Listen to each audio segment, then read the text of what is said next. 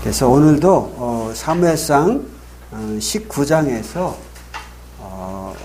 시기심과 이제 사랑이라고 하는 그런 시기심과 사랑이라고 하는 그런 제목으로 좀 말씀을 드리고자 합니다.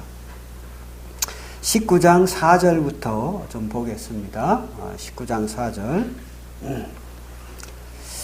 요나단이 그의 아버지 사울에게 다윗을 칭찬하여 이르되 원하건대 왕은 신하 다윗에게 범죄하지 마옵소서. 그는 왕께 득죄하지 아니하였고 그가 왕께 행한 일은 심히 선함이니이다.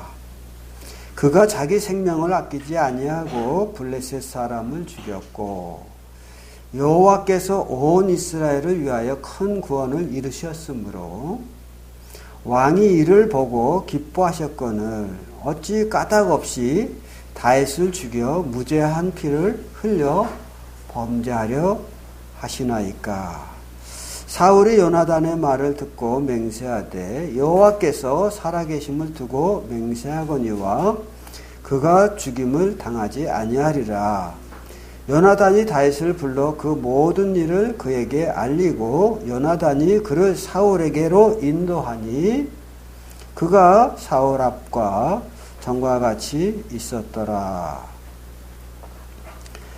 전쟁이 다시 있으므로 다윗이 나가서 블레셋 사람들과 싸워 그들을 크게 쳐 죽이매 그들이 그 앞에서 도망하니라. 사울이 손에 단창을 가지고 그 집에 앉았을 때 여호와께서 부리시는 악령이 사울에게로 접하였으므로 다윗이 손으로 수금을 탈 때에 사울이 단창으로 다윗을 벽에 박으려 하였으나 그는 사울 앞에서 피하여 사울의 창을 피하고 사울의 창은 벽에 박힌지라. 다윗이 그 밤에 도피하여.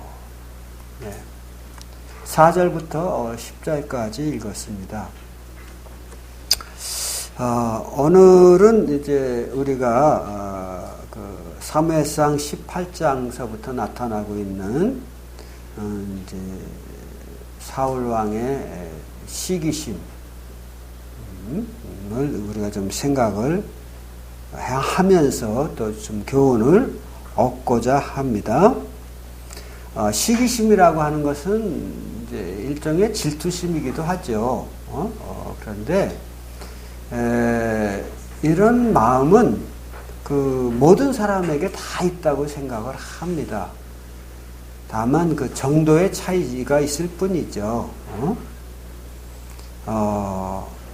그러나 우리가 제가 이제 여러 19장에서 이 말씀을 특별히 마음에 두고 여러분들과 함께 교제하려고 하는 것은 이 시기심을 우리가 잘 다루지 않으면 우리는 이 시기심으로 인해서 사울이 왕이 무너져 내림과 같이 우리 자신이 하나님 앞에서 무너질 수밖에 없다 하는 것을 우리가 알아야 된다고 하는 차원에서 이 말씀을 좀 보게 되는데요.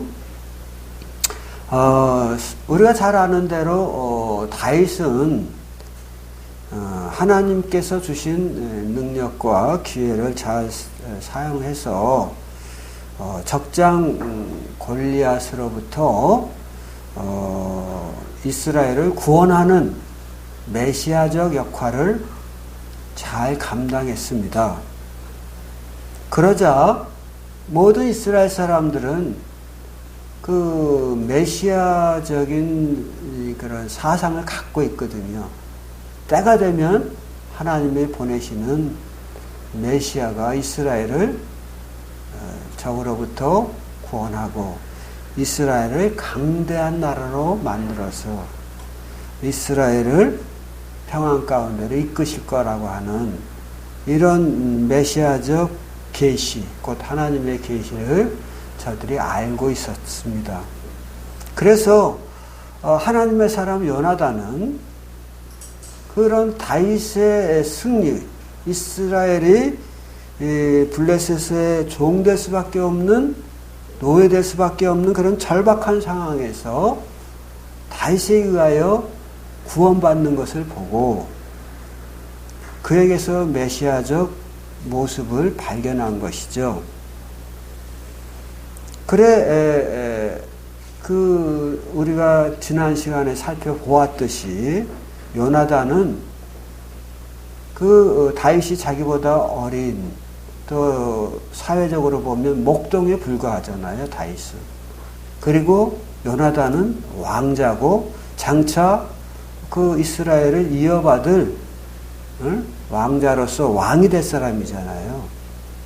그런데 요나단이 다윗 앞에서 자기의 신분을 상징하는 갑옷을 벗어주고 그의 칼과 창과 그의 칼과 방패와 이런 활과 이런 모든 무기들도 다 내려놓는 것은 곧 다윗에 대한 뜨거운 사랑의 결과라고 성경은 표현을 합니다. 그래서 자기를 사랑과 같은 사랑으로 다윗을 사랑하였으므로 그렇게 하였다고 하는데, 그것은 곧 이제 사회적인 환경에서 보면 다윗에게 충성 맹세를 하는 이런 모습이거든요. 또 적장과의 관계에서 생각하면 항복하는 그런 언어적 행위이거든요. 그래서 이런 측면에서 요나단은 행위는 일반적인 사회적 개념으로 보면 왕자의 신분으로 목동에게, 그것도 나이 어린 목동에게 그렇게 행한다고 하는 것은 있을 수 없는 일인 거죠. 그러나 요나단은 하나님의 사람이었기 때문에, 즉 하나님을 경외하는 사람이었기 때문에 다윗에게서 메시아적 그런 모습을 보고 그가 주저함 없이 행했다고 하는 것이죠. 그것은 요나단의 인물의 크기를 우리로 하여금 보게 하는 것입니다. 요나단은 자기 세계에 딱 갇혀가지고 자기만을 생각하는 이기심을 가지고 임한 게 아니라 하나님을 사랑했기 때문에 하나님께서 세우시는 하나님의 사람을 보고 그를 크게 사랑하였고 그를 크게 기뻐하였고, 하나님께서 그를 세우신다고 하면 나는 그에게 순종하리라 하는 이런 마음으로, 나는 그에게 충성을 맹세하리라 하는 마음으로 그와 같이 행했다고 하는 것이죠. 그래서 그것이 일시적인 감정에, 즉 이스라엘이 전쟁에서 승리하고 골리앗과 블레셋을 다 물리친 그 기쁨에 마음이 크게 동하여서 행한 일시적인 행동이 아니었다는 것이죠. 19장 1절에 보면 사울 왕이 자기 아들 요나단과 또 그의 모든 신하들을 모아놓은 자리에서 내가 다윗을 죽이리라 이렇게 선포를 하였습니다. 그럼에도 불구하고 요나단은 어떻게 합니까? 그런 사울 왕의 선포 앞에서 4절에 있는 대로 요나단이 그 아버지 사울에게 다윗을 칭찬하여 이르되 원컨대 왕은 신하 다윗에게 범죄하지 마옵소서. 그는 왕께 득죄하지 아니하였고 그가 왕께 행한 일은 심히 선함이니이다 라고 말을 합니다. 즉 하나님의 가르침이나 또 다윗이 행한 삶의 열매를 보면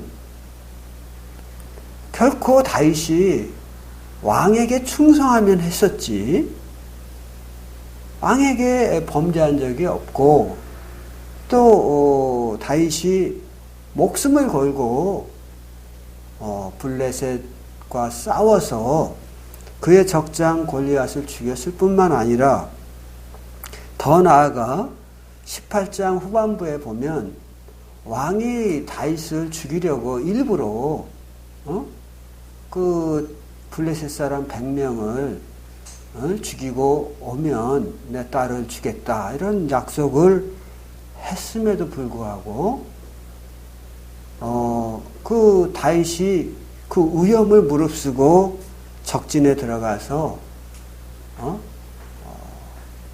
왕은 다윗을 죽이려고 적의 손을 빌려서 죽이려고 그런 계책을 꾸몄지만 다윗은 적진에 들어가서 100명이 아닌 200명의 사람을 죽이고 돌아오지 않았습니까? 그것은 우리의 원수 블레셋을 무력하게 만드는 일을 하는 것이니까 골리앗과의 싸움에서도 승리하고 그 후에 또 블레셋과의 싸움에서도 왕이 놓은 계략을 다윗이 모르는 바 아니지만 어차피 물리쳐야 할 적이니까 하고 나가서 싸워서 왕이 원하는 2배의 소득을 얻었을 뿐만 아니라 더 나아가서 왕께서는 그에게 약속하신 약속으로 인하여 딸 미가를 주시지 않았습니까? 그런데 사위인 다윗을 아무 죄도 없이 그저 왕을 충성했다고 하는 왕께 충성했다고 하는 그래서 백성들이 그런 다윗의 행위를 보고 기뻐한다고 하는 그 이유 때문에 왕이 다윗을 죽이려고 하는 것은 옳지 않습니다. 라고 지금 4절에서 그런 근거를 통해서 말씀하고 있는 거죠. 그러니까 사울 왕이 가만히 들어보니까 5절에서도 계속 요나단의 변론이 계속 되잖아요. 그가 자기 생명을 아끼지 아니하고 블레셋 사람을 죽였고 또 여호와께서는 온 이스라엘을 위하여 큰 구원을 다윗을 통해서 이루셨는데 왕이 이를 보고 왕께서도 기뻐하시지 않았습니까? 정말 왕이 나아가 구원자의 역할을 해야 되는데 그 일을 하지 못하고 무력하게 있을 때에 저가 이 큰 일을 이루셨으므로 왕도 기뻐하셨거늘 어찌하여 까닭없이 다윗을 죽여서 그 무죄한 자의 피를 흘리는 죄악을 범하려고 합니까?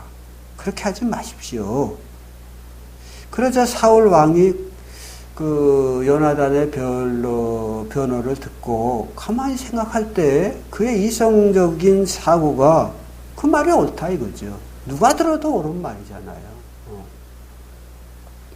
그래서 사울이 요나단의 말을 듣고 맹세했습니다. 여호와께서 살아계심을 두고 내가 맹세하는데 그가 죽임을 당하지 않을 것이다. 다른 말로 표현하면 하나님의 이름으로 맹세를 한 것이니까 그가 결단코 내 손에 죽지 않을 것이다. 이런 선언 아닙니까? 그럼에도 불구하고 우리는 이제 뒤에서 한 사건을 봅니다. 그래 이 맹세를 들은 요나단이 아버지가 다른 것도 아니고 하나님 여호와 하나님의 이름을 걸고 맹세를 하였으니 결코 왕께서 다윗을 죽이지는 않을 것이다 라는 믿음을 가지고 다윗을 불러서 왕 앞에 나가도록 하였죠. 그래서 이제 다윗이 전과 같이 왕 앞에서 이제 하게 되었는데, 사실 18장에 의해서 이제 그는 이미 왕의 사위가 되었거든요. 응? 그러니까 왕이 사랑해야 할 대상이다 그 말이죠. 아껴주고 보호해주고 남보다 먼저 그렇게 해야 할 대상이었어요.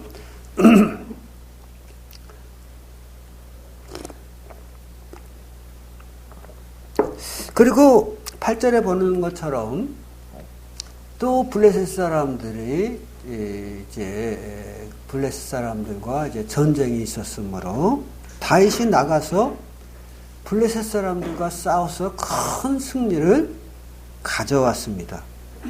사실 이 싸움에는 누가 나가야 됩니까? 사울 왕이 나가야 되잖아요. 그러나 사울 왕 대신에 다윗이 나가서 그 블레셋 사람들과 목숨을 건 싸움에서 승리를 쟁취하고 블레셋 사람들은 다 도망갔다. 즉 블레셋 사람들이 18장에서 다윗에 의하여 200여 명의 사람들이 죽임을 당하니까 그것을 아마 안갚음하기 위해서 이스라엘 진영을 공격해 온 것 같습니다. 그때 다윗이 나가서 저들을 물리치고 전쟁을 승리로 이끌고 돌아왔잖아요. 그러면 사울 왕이 다윗의 수고를 칭찬하고 오늘날 군대적 사회적 개념에 의하면 훈장을 줘야 되거든. 그렇잖아요. 훈장을 주고 그의 공로를 모든 사람들 앞에서 대대적으로 칭찬을 하는 이런 일이 사울에게 있어야 됐었습니다만, 9절에 보면 사울의 손에 단창을 가지고 있었고 그가 집에 앉았을 때 악령이 저를 사로잡으니까 그 악령으로부터 악령이 저를 사로잡을 때에 이 사울 왕은 막 떠드는, 알지 못하는 막 많은 말을 하면서 목적 없는 많은 말을 하면서 막 떠들어댔던 것 같아요. 그러니까 그때마다 다윗이 수금을 탔어요. 그러면 그 악령이 떠나가고 이제 사울이 제정신이 돌아온 거죠. 그래서 이번에도 다윗이 손으로 수금을 탈 때 그것은 뭐예요? 왕을 위하여. 그 왕이 이제 악령에 시달리는 것을 보고 그 악령으로부터 벗어나도록 수금을 타서 악령이 제정신이 돌아오도록 왕을 섬기는 일을 다윗이 하였잖아요. 그래서 저가 수금을 타서 제정신이 돌아오니까 어떻게 했습니까? 10절에 보면 사울이 다윗에게 고마움을 표시한 게 아니라 단창으로 사울을 벽에 박으려고 사울에게 단창을 던졌다 하는 것이죠. 그러자 사울 앞에서 다윗이 피하여 창은 벽에 박히고 다윗은 그 밤에 도망하였다 하는 것입니다. 왜 사울이 이렇게 다윗에게 단창을 던졌을까요? 다른 것 아니에요. 다윗이 블레셋 사람들과 싸워서 승리하였어요. 이스라엘을 그리고 구원하였어요. 그런 일을 사울 왕은 시기심으로 본 거예요. 즉 그가 이렇게 매번 승승장구하니 이제 저가 얻을 것은 이 나라밖에 무엇이 있겠는가? 내가 그를 죽여 하는 이런 마음이 있는 거죠. 나의 보좌를 지키리라. 이제 그런 마음이 있었던 것 아니겠습니까? 그런데 이것은 지극히 아주 작은 생각이잖아요. 왕이라고 하면 하나님께서 사울 왕으로 세울 때에는 어떤 목적으로 사울을 왕으로 세웠을까요? 또 이스라엘은 무엇 때문에 사울이 왕이 되었을 때 환영하고 저를 기쁨으로 영접하였을까요? 이유는 단순합니다. 너는 이제 하나님의 사람으로 하나님의 백성을 잘 섬겨서 적들로부터 이스라엘이 위험에 처했을 때에 너는 나아가 하나님의 능력과 지혜를 힘입어서 적들의 손에서 이스라엘을 구원하는 일인 거거든요. 또 이스라엘 사람들도 그걸 원했던 것이고요. 그래서 왕은 모름지기 백성들의 안녕과 평안을 위해서 섬기는 자의 위치에서 이제 생각하고 행동하고 결정하고 그런 일들을 해야 되는 거거든요. 그런데 사울이 왕이 막 되었을 때는 이런 겸손한 마음을 가지고 나는 베냐민 지파 중에 가장 작은 자 중에 한 사람인데 라고 내가 어찌 왕이 되겠는가 하며 겸손으로 저가 섰지만 그러나 저가 왕이 된 이후로 저의 마음이 사회적으로 높아지고 사람들이 저를 높여주니까 마음이 높아져가지고 백성들을 섬기려고 하는 것이 아니라 섬김을 받으려는 자세로 생각이 바뀐 거예요. 그래서 모든 백성이 나를 섬겨야 되는데 어찌 다윗을 기뻐하는가? 이런 생각에 저가 사로잡힌 것이죠. 바꿔 말하면 그가 처음 왕이 되었을 때 겸손한 마음으로 모든 사람들을 대했을 때 하나님 앞에 겸손으로 섰을 때 저는 이스라엘과 또 하나님을 생각하며 움직이는 그리고 결정하는 사람이었습니다마는 지금 제가 다윗으로 인한 시기심이 저를 사로잡았을 때에는 그는 어떠했습니까? 그는 안타깝게도 백성을 섬기는 문제라든지 하나님을 섬기는 문제라든지 이런 일에는 관심이 없었어요. 도리어 반대로 내가 어떻게 섬김을 받을 것인가 거기에만 관심이 있었다는 거예요.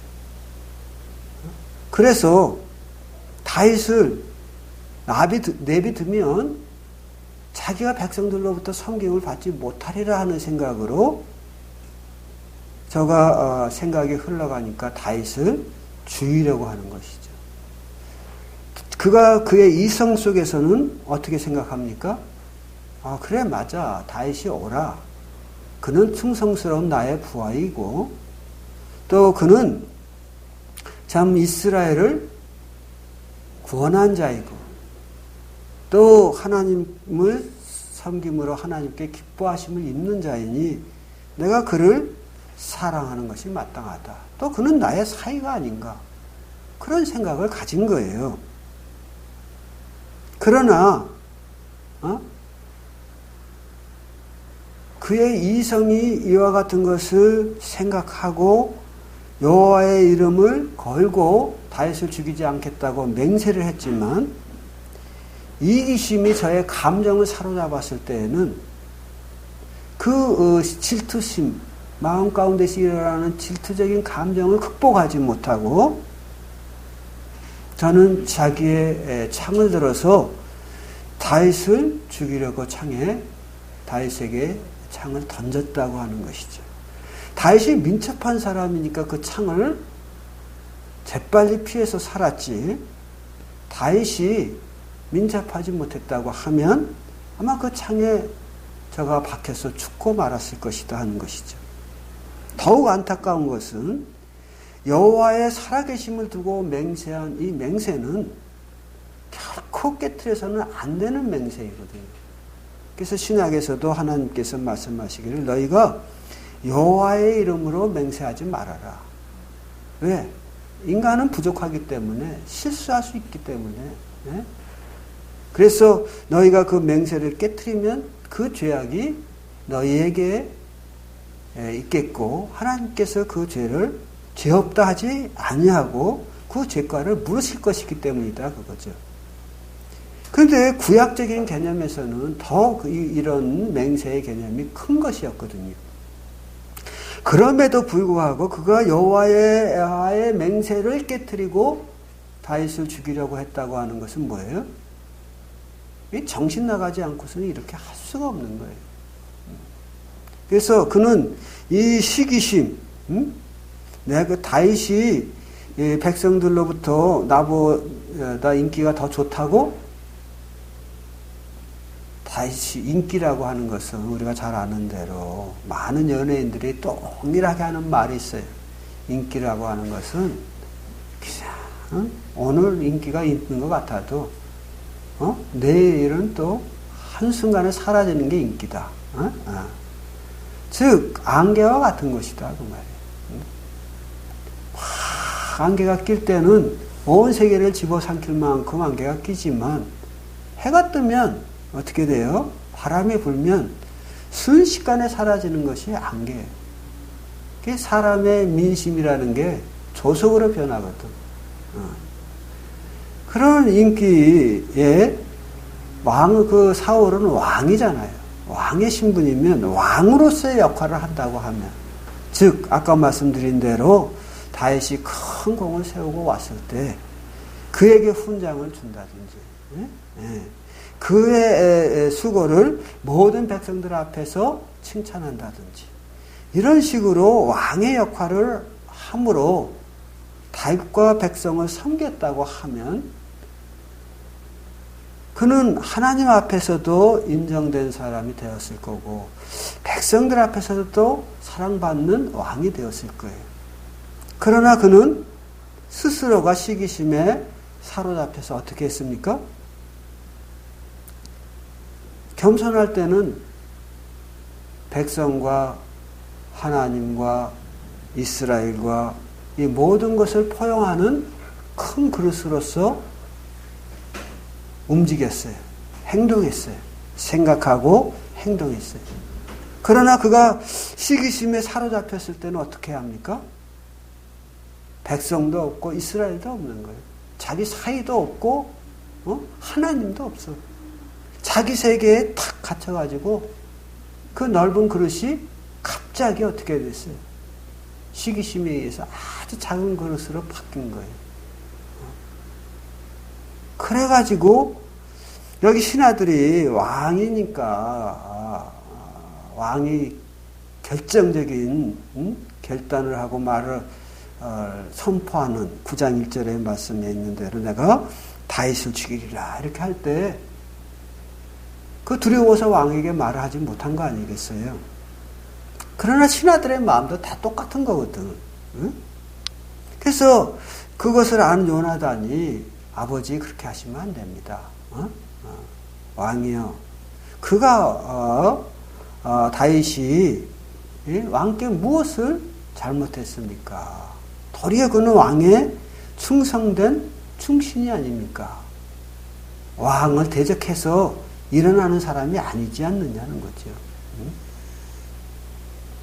그래 이렇게 요나단은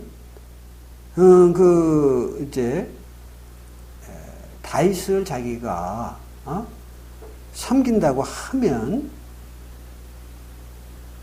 자기의 왕자의 위치가 흔들릴 수도 있다라는 것을 모르는 바가 아니에요. 그렇지만 요나단은 사람의 안고 일어섬이 하나님의 경륜 가운데서 일어날 때 우리가 그 하나님의 경륜을 따라서 순종하는 것이 옳다고 하는 것을 아는 것이죠. 즉 요나단의 그릇은 하나님을 수용하는 거예요. 자기 백성 중에 한 사람인 다윗을 수용하고 있는 거예요. 또 하나님의 경륜도 수용하고 있는 거예요. 그러니까 사울보다도 더 큰 그릇이로서 지금 나타나고 있지 않습니까? 그래서 우리가 이런 것을 이렇게 보면서 생각되어지는 것은 무엇입니까? 우리 마음 가운데 있는 이런 시기심, 사울왕에게만 있는 게 아니라 우리에게도 있다고 하는 거예요. 그래서 제가 언젠가 어떤 형제님의 말씀을 들은 적이 있는데 그분은 적장 골리앗 다윗을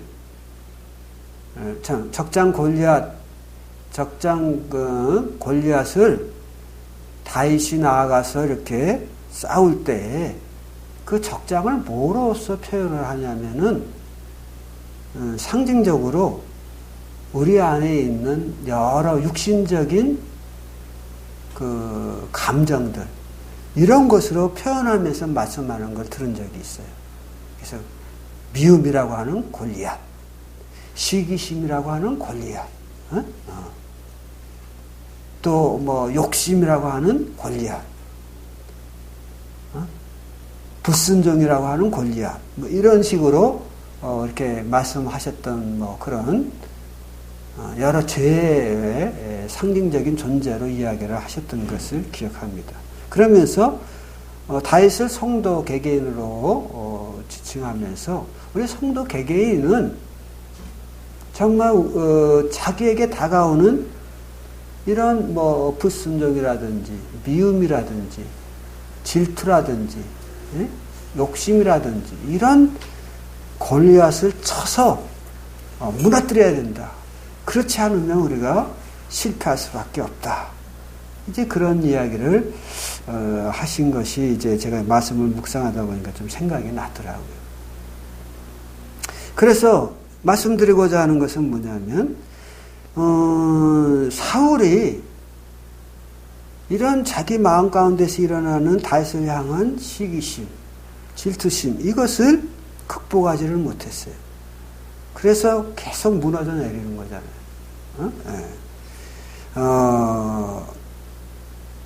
우리가 그 욥기서에 있는 말씀 한 말씀 좀 봅시다. 여기 손 넣으시고 질투에 관한 말씀이 좀 있는데 시편 전에 욥기서가 있어요. 욥기서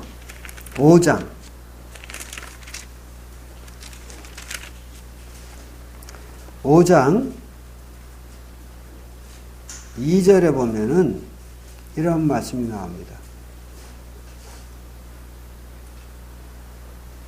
분노가 미련한 자를 죽이고 시기가 어리석은 자를 멸하느니라. 제가 이제 시기라고 하는 단어를 좀 찾아보니까 이 욥기서에 이런 말씀이 있더라고요. 분노가 미련한 자를 죽이고 시기가 어리석은 자를 멸하리라. 시기가 어쩐다고요? 지혜 없는 자를. 지혜 없는 자가 누가 지혜 없는 자입니까? 하나님을 경외하지 않는 사람. 응? 그가 지혜 없는 자인 거예요. 응? 하나님을 경외하는 것이 지혜의 근본이거늘 그러잖아요. 네, 그래서 분노도 마찬가지고 분노도 미련한 자를 죽인과 같이 그 때도 없이 분노하는 거. 앞뒤 분간 못하고 분노하는 거. 이런 행위가 그 사람의 타고난 성격이나 기질일 수 있지만 그러나 그것을 잘 다스리지 않으냐면 그 분노가 자기를 죽이는 거거든. 시기가 어떻게 해요? 그 어리석은 자를 멸한다. 특히 시기심은 질투심으로도 표현될 수 있는 이 시기심은 무엇이죠? 특히 여성들에게 많이 있어요. 남자들에게도 있죠. 뭐 남자들에게도 다른 직장 동료가 승진하면 그거 못 보는 거예요. 저 친구 나보다 훨씬 능력도 없고 뭣도 없고 뭐 어쩌고 나하고 비교하면 한참 모자라는데 어떻게 저 친구가 나보다 먼저 승진해? 에? 있을 수 없는 일인데 막 이러고 우리가 질투시면 막 불탈 수 있는 거거든요. 에? 그러나 성경은 말을 합니다. 뭐라고 말을 하냐면 잠언 여기 뒤로 쭉 넘어가면 잠언 말씀이 있어요. 네? 잠언에 보면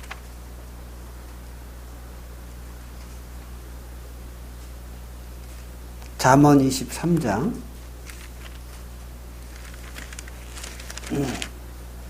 잠언 23장 보겠습니다. 23장 17절 18절 보겠습니다. 내 마음으로 죄인의 형통을 부러워하지 말고 항상 여호와를 경외하라. 정령이 내 장래가 있겠고 내 소망이 끊어지지 아니하리라. 그랬죠? 그래서 죄인들의 형통함을 부러워하지 말라는 거예요. 이 말의 의미를 아까 앞에 있었던 욥기 말씀과 연결해서 이야기하자고 하면 죄인이 잘 되는 것 같은데 그것을 보고 네가 시기하는 마음으로 이렇게 저렇게 분노해서 행동하지 말으라는 거지. 네? 그렇게 하면 너 스스로가 너를 망가뜨린다니까. 우리는 어떤 자들이냐?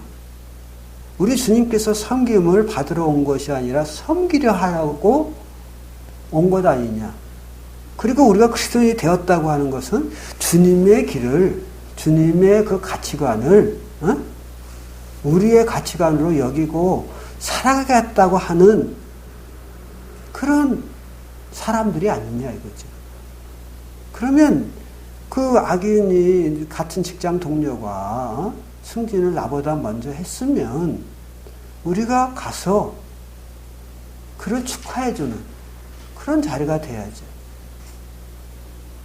뭐 할 얘기는 아니겠습니다만은 요즘에 트럼프를 보면 참 안타까운 마음이 많이 있어요. 그래도 세계 최고의 대국의 나라의 대통령인데 대통령 했던 사람이면 이랬건 저랬건 투표상으로 쭉 해서 졌으면 응? 이게 승복을 해야 되잖아요. 그리고 축하해주고 떠나면 얼마나 좋겠습니까?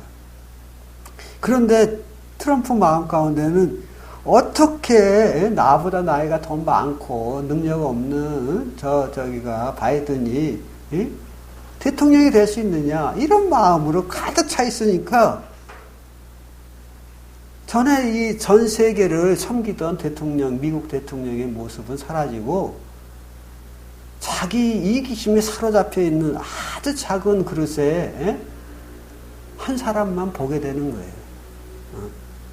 물론 뭐 부정선거니 뭐니 이런 말들을 해요. 그러면 부정선거를 대한 어떤 분명한 근거를 제시하든지 그런 부정선거를 제시하지 않고 자꾸 부정선거다 여론전으로만 몰고 가니까 국민들 마음이 다 돌아서잖아요. 그동안에 트럼프를 신처럼 모셨던 그런 충성파들도 그냥 다 돌아섰다 그러잖아요. 그래서 그게 뭐예요?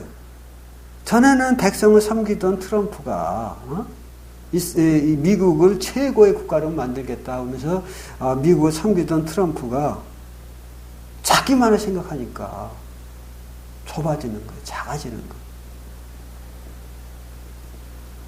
그래서 18절에 보면 정령이 내 장래가 있겠고 어떻게 하면 여호와를 경외하라는 거예요. 남의 형통을 부러워하지 말고 시기하지 말고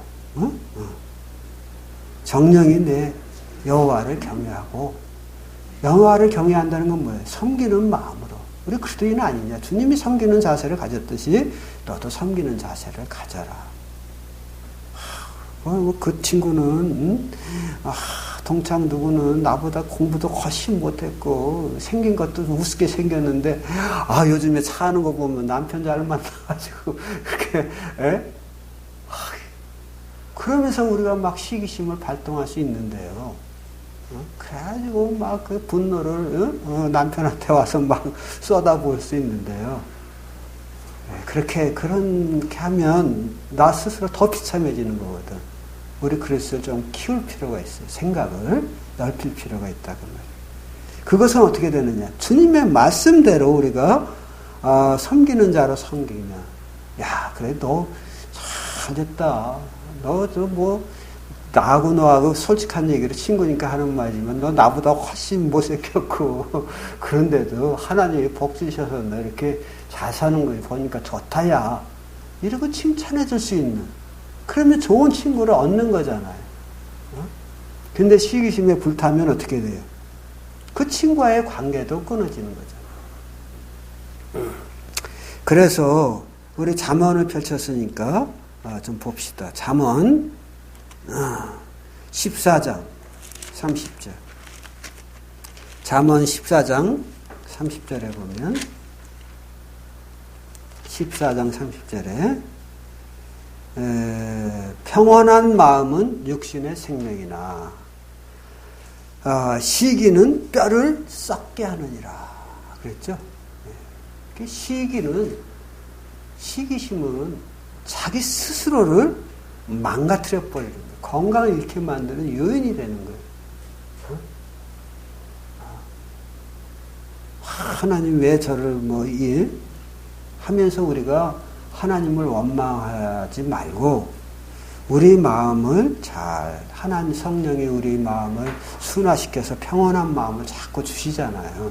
거기에 순응해서 우리가 평안함을 유지하는 것.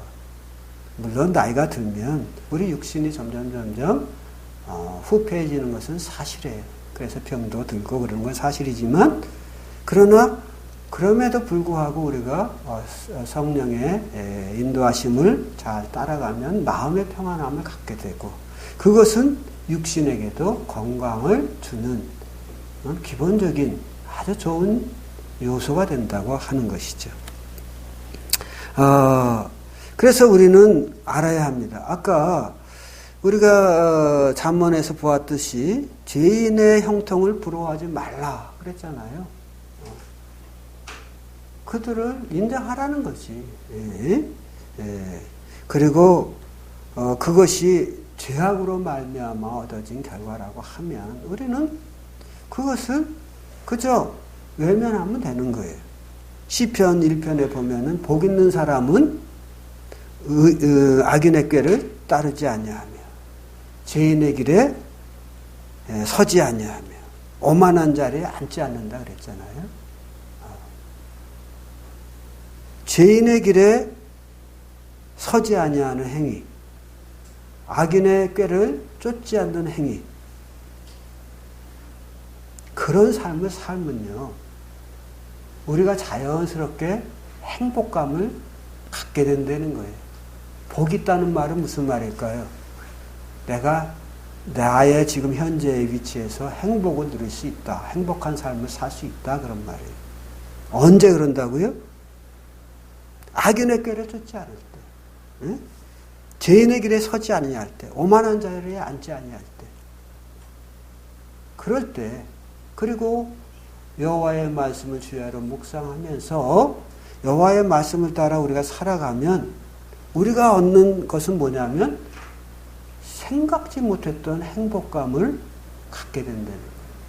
물질이 우리에게 필요한 것은 사실이지만, 그러나 물질이 많고 적음이 행복을 좌우하는 건 아니잖아요. 세계적으로 행복 그 지수를 이렇게 체크해 보면 부자 나라들의 행복 지수가 높은 게 아니에요. 그냥 먹고 입고 그냥 기본적인 것만 해결되면 그것으로 살아가는 가난한 나라들이 둘이 행복 지수가 높은 걸 보면, 행복이라고 하는 것은 바로 마음에서 오는 것임을 알 수 있습니다. 분명한 것은 내가 누구 때문에 불행하다라고 생각하지 말고, 내가 죄인의 길에 서지 않고 죄인의 자리에 앉지 않고 악인의 꾀를 따르지 아니하면 결과적으로 우리가 행복해질 수 있다. 왜 우리가 고통하고 힘들어하느냐? 가만히 보면 악인의 삶을 부러워하여 악인의 길을 쫓았을 때 생각지 않은, 우리가 미처 생각지 못했던 그런 마음의 고통들이 막 따라오는 거거든. 그래서 우리 주님께서 이런 문제를 잘 다스리라고 말씀하셨습니다. 그러므로 우리는 이런 시기심이 일어날 때 어떻게 해야 될까요? 성령님의 도우심을 쫓아서 이 시기심을 다윗과 같이, 다윗이 골리앗을 물리친과 같이 그것을 깨트려 버리는 자들이 되도록 우리가 기도해야 할 것입니다. 뿐만 아니라 우리가 이제 그런 성령님의 힘으로 우리 안에 있는 욕심이라든지 또는 미움이라든지 이런 것을 깨트릴 수 있는 일은 우리 힘으로 되는 게 아니에요. 성령님이 우리 마음을 순화시켜 줄 때 가능한 것이니까 그런 성령님을 의지함으로 풀어갈 수 있기를 바랍니다. 여기 우리가 이제 사울과 같은 처지가 되면 어떻게 해야 될까요? 우리 한 말씀 좀 보십시다. 히브리서 말씀 보고 마치죠. 히브리서 13장.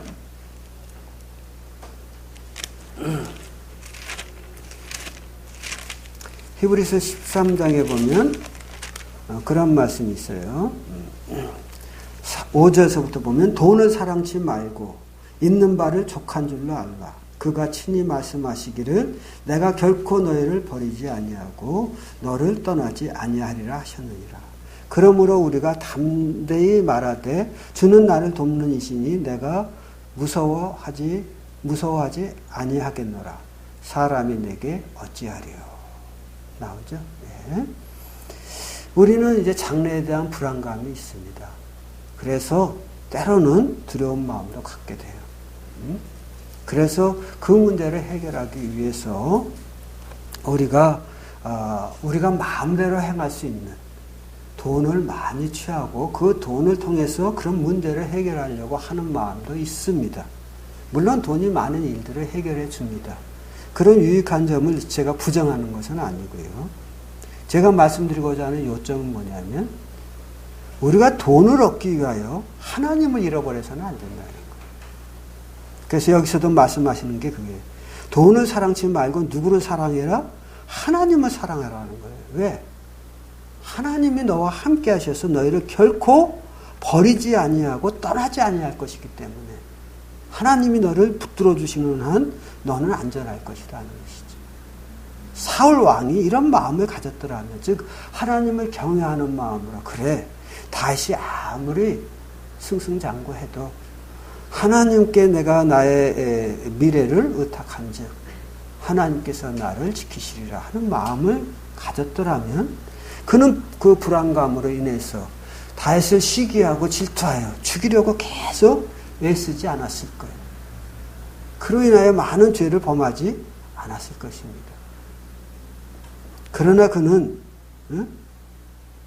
이 문제를 다윗을 죽임으로만 해결될 할 수 있다고 생각하는 거예요. 하나님과의 맹세도 깨트리고 우리가 돈만 있으면 모든 문제가 해결될 것처럼 생각하는 경향이 있어요. 그러나 우리의 노년이 우리가 그렇게 원했던 돈으로 말미암아 불행해질 수도 있다는 걸 알아야 돼요. 자식들이 내 돈을 가지고 싸우고 뭐하고 막 이렇게 가지고 못 볼 꼴들을 볼 수도 있다는 것이죠. 그래서 우리는 알아야 합니다. 하나님을 경외함으로 어떻게 알아? 나아갈 때 우리 마음 가운데 그래 사회가 사단이 결코 나를 어쩌지 못한다. 그가 나의 보호자시니 그가 나의 반석이시니 그가 나의 방패시니 그가 나의 산성이시니 누가 나를 하나님의 사랑에서 끊으리요 하는 마음으로 우리가 하면 우리의 마음은 하나님의 보호하심, 우리가 하나님 앞에 기대한 바대로 우리가 하나님 앞에 소망한 바대로 하나님께서 우리의 소망과 기대를 이루어 주실 것입니다. 그것이 하나님께서 아브라함에게 하신 말씀 아니에요? 너는 내 앞에서 행하여 완전하라 하는 거거든요. 그래서 우리의 믿음, 기대, 소망 이런 것들을 하나님 앞에 둬야지 물질에 둔다든지 사람에 둔다든지 자꾸 그러면 우리는 실패할 수밖에 없습니다. 감사합니다.